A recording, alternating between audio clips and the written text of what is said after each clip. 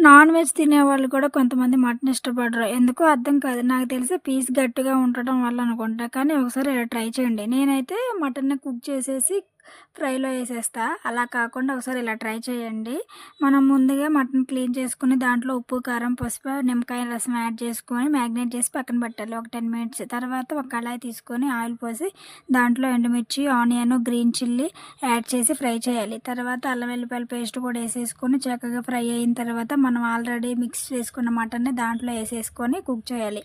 Cook చేసిన తర్వాత దాంట్లోకి మనం టమాటా ముక్కలు కూడా వేసేసి ఉడకబెట్టుకోవాలి. మనకు గ్రేవీ కావాలి, పులుసు కావాలంటే మనం ఒక టీ గ్లాస్ అంత వాటర్ యాడ్ ఆన్ చేసుకోవచ్చు. యాడ్ ఆన్ చేసిన తర్వాత అది కుక్ అయిన తర్వాత దాంట్లోకి మళ్ళీ కారం కొంచెం, పసుపు అలా యాడ్ ఆన్ చేసుకొని చక్కగా ఉప్పేసి ఉడకనిచ్చుకోవాలి. తర్వాత దాంట్లో కొబ్బరి పొడి వేసి మసాలా వేస్తే లాస్ట్లో కొత్తిమీర వేస్తే ఎంతో టేస్టీగా ఉండే మటన్ కర్రీ రెడీ అయిపోతుంది.